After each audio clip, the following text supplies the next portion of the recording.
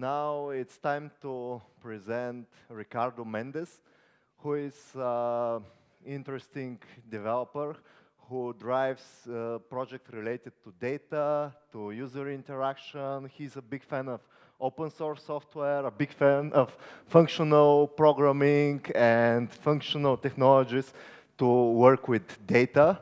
So he will share his experience now. Welcome, Ricardo. Thank you.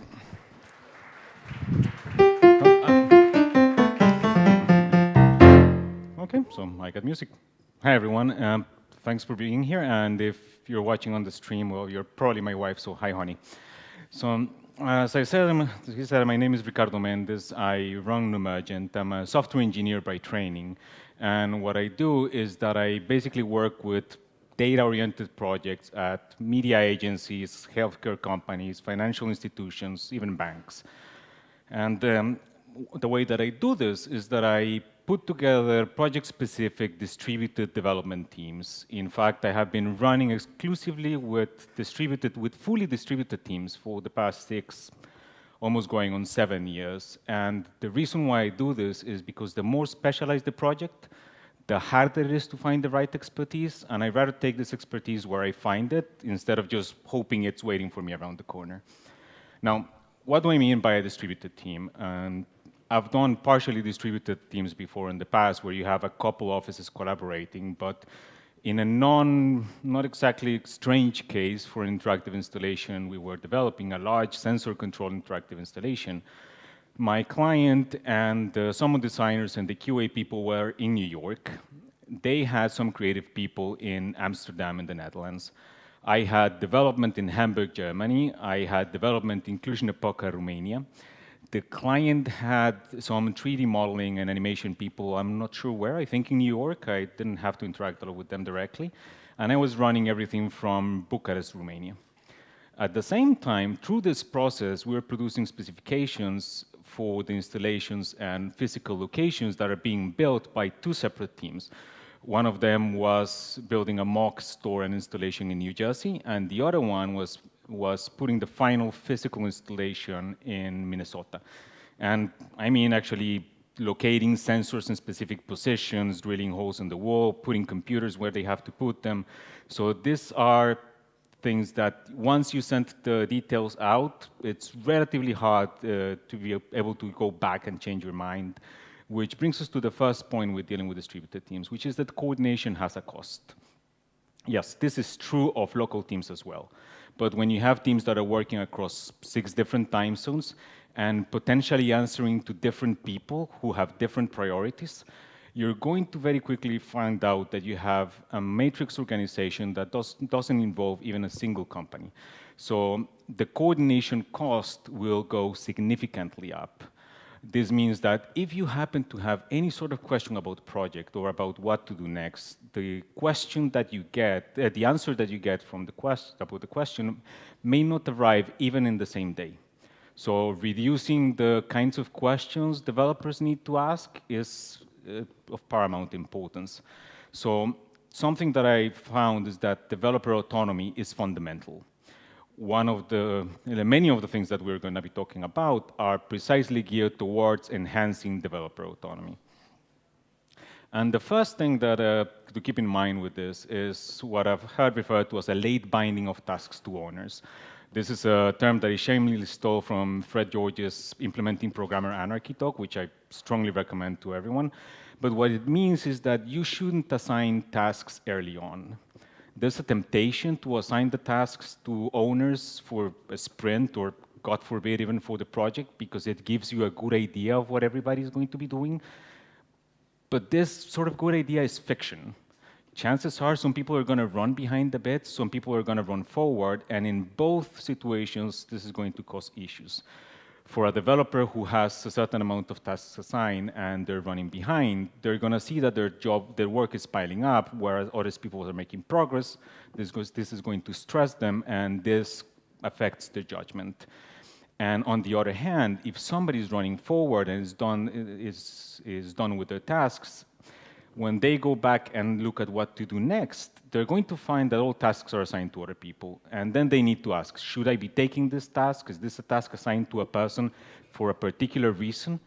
And we should never force people to ask for permission to work more.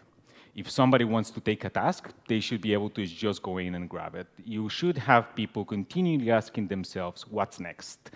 On this approach, the approach that I follow is relatively similar to Kanban. Just have people taking tasks as they go, as they match their expertise and their time availability for the sprint.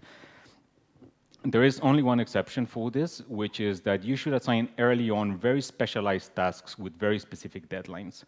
When you have a task that you think one specific member of your team would be the best person to do it, or a task that should be done by a certain date, by all means, assign that early.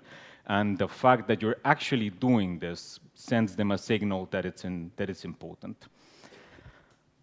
The next thing to enhance developer autonomy and to reduce the types of questions that people need to ask is to keep in mind that conventions are important.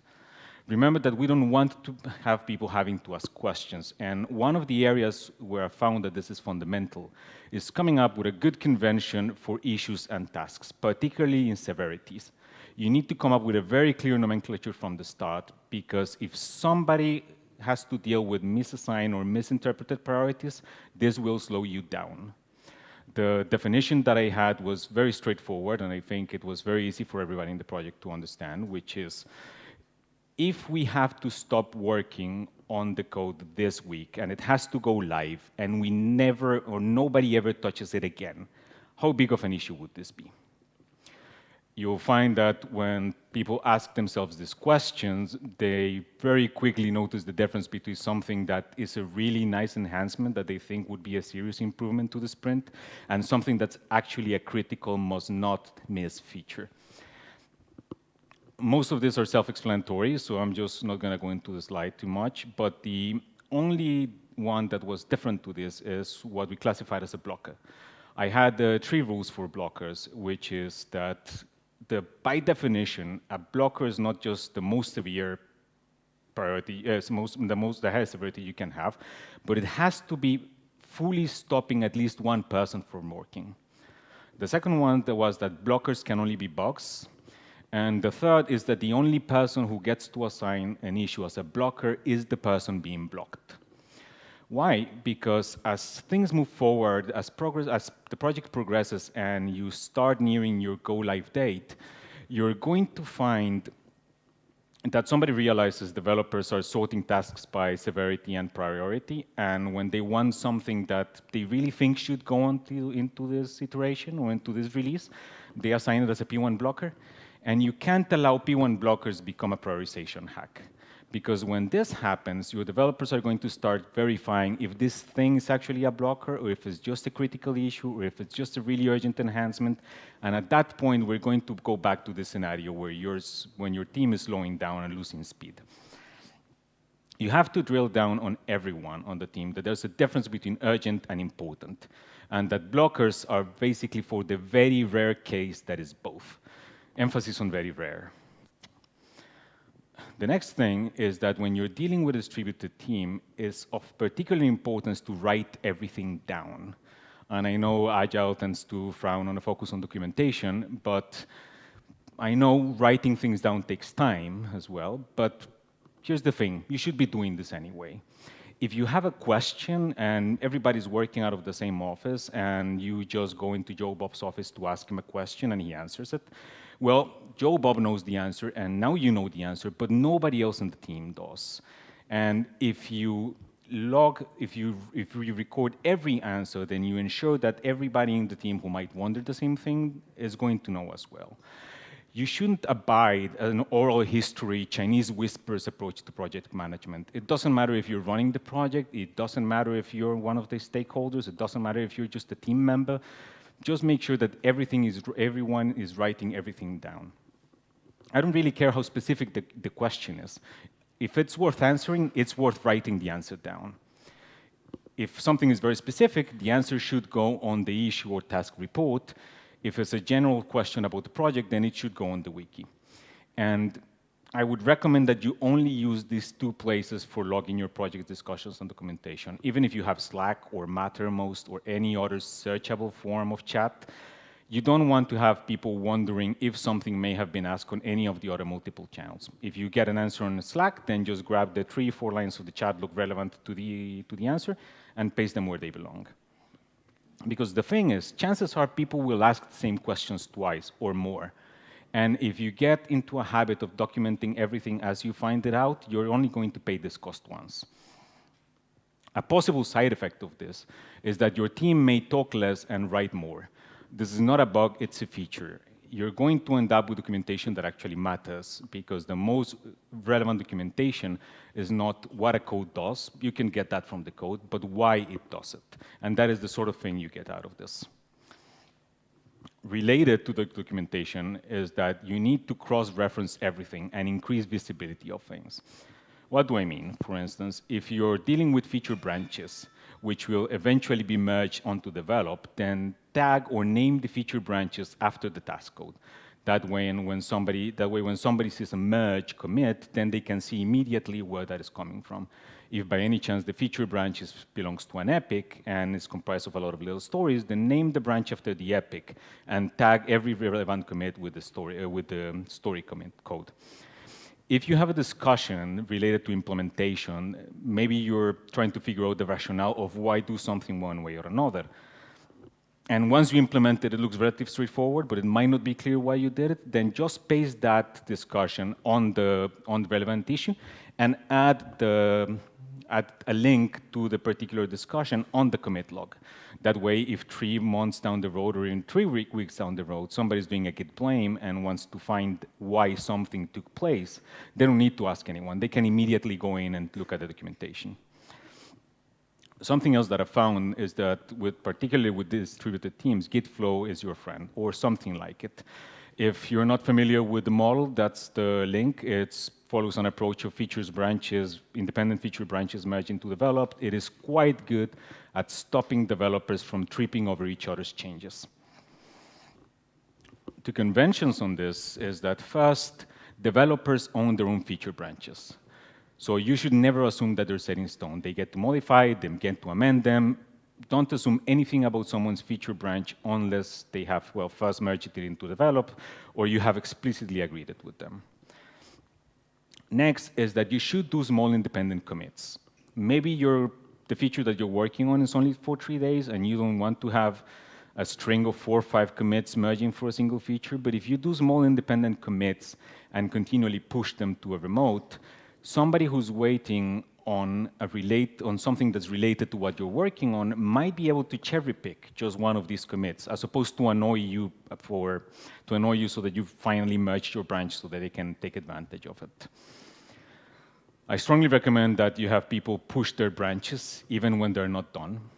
This is not me advocating using Git or Mercurial as a centralized control system, but think of it more as a backup. Disks fail, laptops get stolen. If somebody has been working on a feature for 3 days and then they're not careful with the laptop at a Starbucks, you don't want to lose those 3 days worth of productivity. Make small intermediate commits, even if you're going to amend them later, for precisely the same reason. Remember that since you own your feature branch, you get to amend things if you want.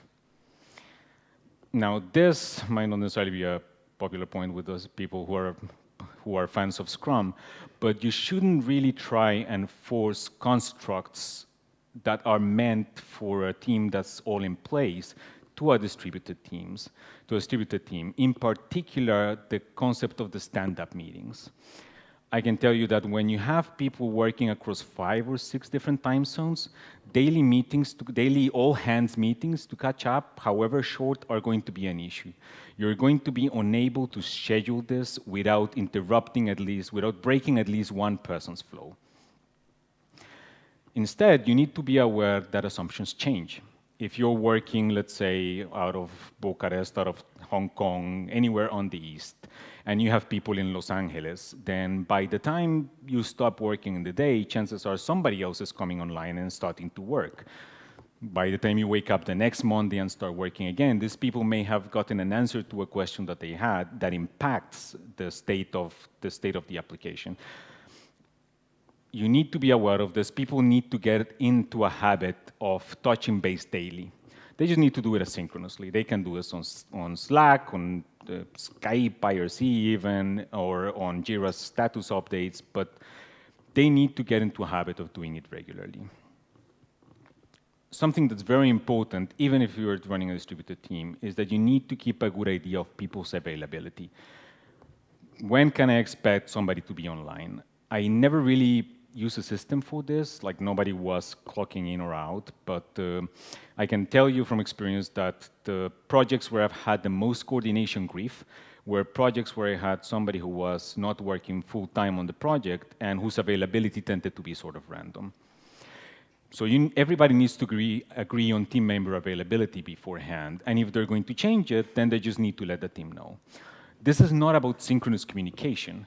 This is about, if you have a question, knowing when you are likely to get an answer. Are you just going to need to wait for an hour because that person is coming online, or should you just table this issue for a couple of days because they're not going to be available for whatever reason? And finally, and this is a non-insignificant issue at all, is that you need to mind the human factor. As human beings, we have been optimized for millions of years to detect small visual behavior cues on the people that we're working with, body language, gestures, lots of things. And when you're running with a distributed team, you're not going to have the usual visual cues, which means that if you run into a situation where somebody steps on somebody else's toes, and this other person happens to be the non-confrontational, quiet, brooding type, then you're not necessarily going to notice right away, even if you have daily video calls with the person. You may not notice until a few weeks down the road when you realize that this person's productivity has been dropping, or that they're not really getting in touch with the 4 things they should be coordinating with the other one. And you really need to keep a close ear to the ground on this sort of situations. Something that's fundamental when you're putting a distributed team together is to be extra aware of cultural fit or personal differences, because since communication will not be centralized, since you will not necessarily be in the same place, you're not going to be able to easily detect these things and step in and correct them. And you want to deal with these things before they become a problem. Finally, of course, there are exceptions. When we're dealing with something that's completely digital, you might be able to do everything remotely, but if you're dealing with something that has a certain physical coordination factor, like has happened with us when we're dealing with analytics that come from sensors, you may need to have a few people meet for a short period of time. And so you need to identify these things early on so you can plan ahead and budget for them and see where exactly they fit on your schedule. Now, any of these topics could probably fill hours of discussion, so if you want to talk any more about any of them, I'll be around to take any questions after. So, no? Yes? What tools are you using to coordinate? Well, before we were using everything on Skype, before Slack. Now I'm moving things to Slack. We use Jira and Confluence for tracking issues and for the wiki, and we just use Git for the code, for the source control. Gitflow as a methodology has the advantage that it works as an extra layer of coordination, because since everybody is on their own feature branches, you tend to avoid actually these issues that happen when somebody breaks the build by merging into develop, because they can very quickly take their feature branch, rebase it onto the latest develop, and then see if everything works. So that's also an extra, let's say, procedural coordination later. Anyone else? Okay, so I guess that is it. Oh, Martin, yes? How about first meetings? So you have first meetings with the whole team to do coordinations, or do you have developers meetings once upon a time to get a face-to-face time? Because that's critical, at least in my experience. Yes, on long-running projects, I imagine that is the case. The projects that I have been running are usually shorter, and the team is very much specifically for that thing. So in projects that are 4 to 6 months, I've even had people that never met or I've never even saw the client's face. So we just do everything online. We sometimes have chats voice chats or video chats on Skype, but on the past 3-4 years, I only required physical meetings for a project once. So this thing is blinking. Anyone else? Okay, thank you. And